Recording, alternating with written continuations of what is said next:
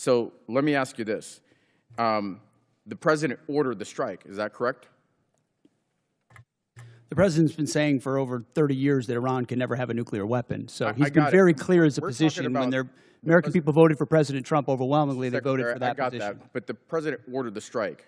Is that correct?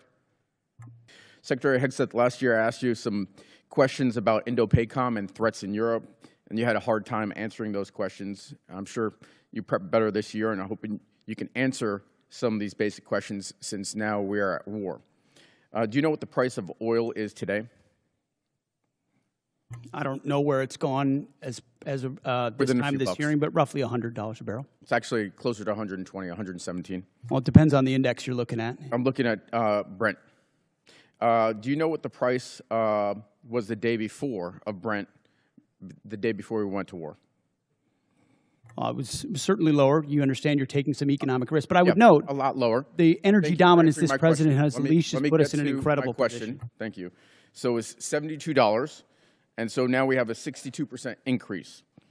By the way, the department obviously will be paying those extra fuel costs. That's going to be not insignificant, but so will the American people. Now, at its narrowest point, how wide is the Strait of Hormuz? I think it's about 12 miles, but I'd have to check. It's 24 miles, but 12 miles is actually the relevant number because that's the navigable channel. That's the international water navigable channel point. And do you know how many barrels of oil transited the Strait of Hormuz each day before the war started? I don't know the exact number, but you're looking at over 100 oil tankers usually transited a day, or 120 a day would transport the strait. Yeah, and so 20 million barrels a day, and right now they're at an 81% reduction. So it sounds like you've done your homework. You're tracking pretty well what the strategic situation is. So a couple of questions. Were you aware that if we struck Iran, that they would most likely close the Strait of Hormuz? Of course, our department was prepared and planning for every possible contingency, being front and center as something they may do in a desperate state to attempt to which is what they've done, some kind of control. And I appreciate that. And earlier you told Mr. Moulton that this department has looked at all aspects of the risk and that the president got every possible perspective. And then recently you just said that the president did understand the risks and had the courage to undertake the endeavor nonetheless, and that's leadership, or words to that effect, pretty close. And so I just want to kind of give you the state of play right now. It's been 2 months of war. We have hopes for a resolution, but the war continues, really. Iran has closed the strait, and we've now gone in and blockaded their ports. 1/5 of the world's oil is unable to transit the strait. Before this exchange continues, here's an important development that puts these questions into a much bigger context. When Representative Eugene Vindman questioned Secretary Pete Hegseth on April 29, 2026, the war with Iran had been underway for roughly 2 months. Since then, the conflict has remained one of the most divisive issues in Congress.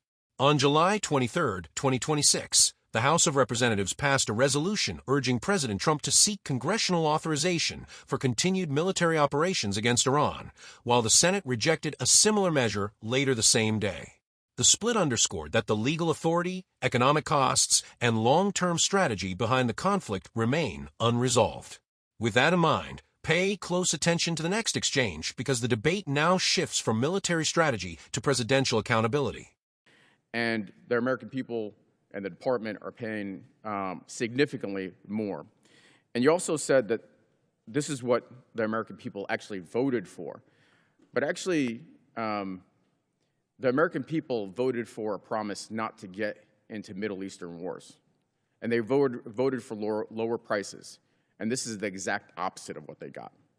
So let me ask you this. The president ordered the strike. Is that correct?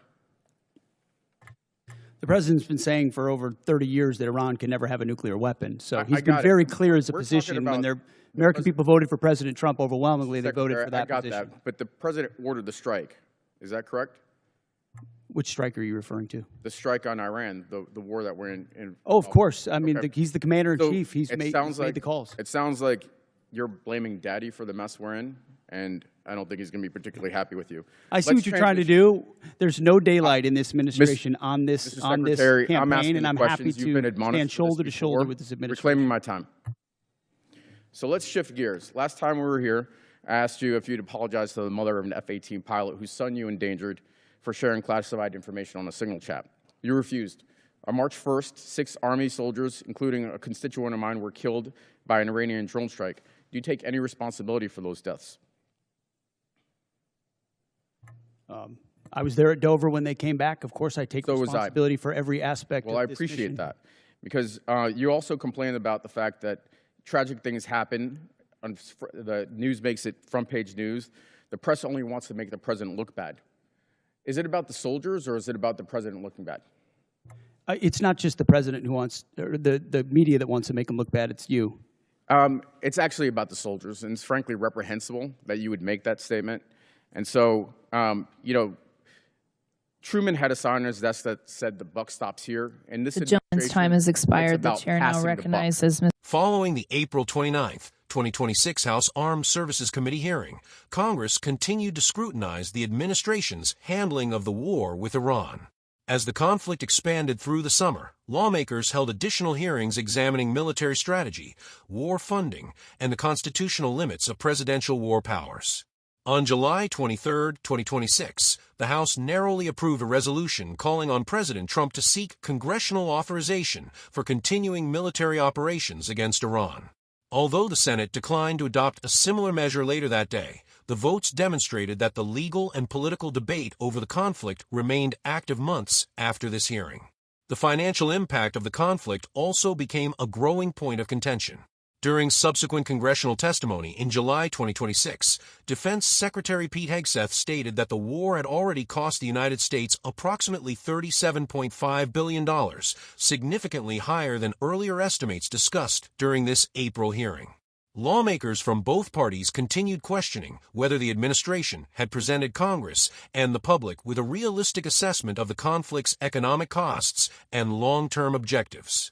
Against that backdrop, Representative Eugene Vindman focused on a question that extended well beyond battlefield tactics, whether the administration had fully accounted for the strategic and economic consequences before launching military action against Iran. Rather than beginning with military operations themselves, Vindman immediately turned to global energy markets. By questioning Secretary Hegseth about oil prices, the Strait of Hormuz, and international shipping, he attempted to establish that decisions made on the battlefield were already affecting Americans through higher energy costs and broader economic uncertainty. Secretary Hegseth acknowledged that the administration had anticipated possible Iranian retaliation, including disruptions in the Strait of Hormuz, but argued that military planners had prepared for every major contingency before recommending action to President Trump. Throughout the exchange, he defended the president's decision as a necessary step to prevent Iran from developing nuclear weapons and maintained that the administration understood the associated risks. Vindman challenged that argument from a different perspective. He suggested that the administration had underestimated both the economic consequences and the likelihood of a prolonged conflict.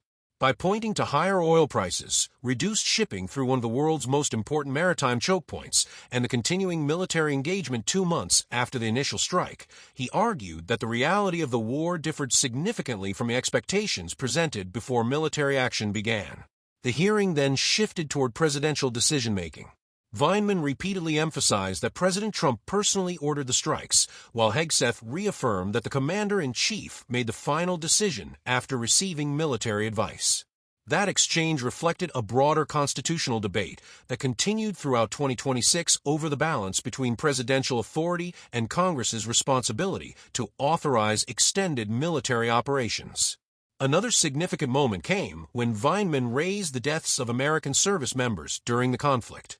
Rather than focusing solely on strategy or budgets, he asked whether Secretary Hegseth accepted responsibility for those losses. Hegseth responded that he did take responsibility and noted that he had personally attended the dignified transfer of fallen troops. The discussion then became increasingly heated as both men disagreed over whether public criticism of the war reflected concern for service members or political opposition to the administration. It is also important to distinguish between verified facts and political arguments presented during this hearing. The discussion included competing claims about projected economic impacts, military strategy, presidential promises, and responsibility for the conflict. While many of those statements reflected genuine policy disagreements, several represented political interpretations rather than facts that can be independently verified. Congressional hearings often combine oversight with partisan debate, making it essential to separate documented developments from rhetorical arguments. Viewed in the broader context of American national security policy, this hearing captured one of the defining debates of 2026. Questions surrounding military intervention, congressional war powers, global energy markets, and the financial cost of overseas conflicts became increasingly central as the Iran war continued. Even months later, lawmakers remained divided not only over how the conflict began, but also over how and when it should end. What do you think? Did Representative Eugene Vindman raise legitimate concerns about the long-term costs and consequences of the Iran conflict, or did Secretary Pete Hegseth make a convincing case that the military action was strategically necessary despite the risks? Share your thoughts respectfully in the comments below. If you enjoy complete congressional hearing coverage with verified updates, balanced analysis, and in-depth political context, be sure to subscribe, like this video, share it with others following U.S. politics, and follow the channel so you never miss the next major hearing.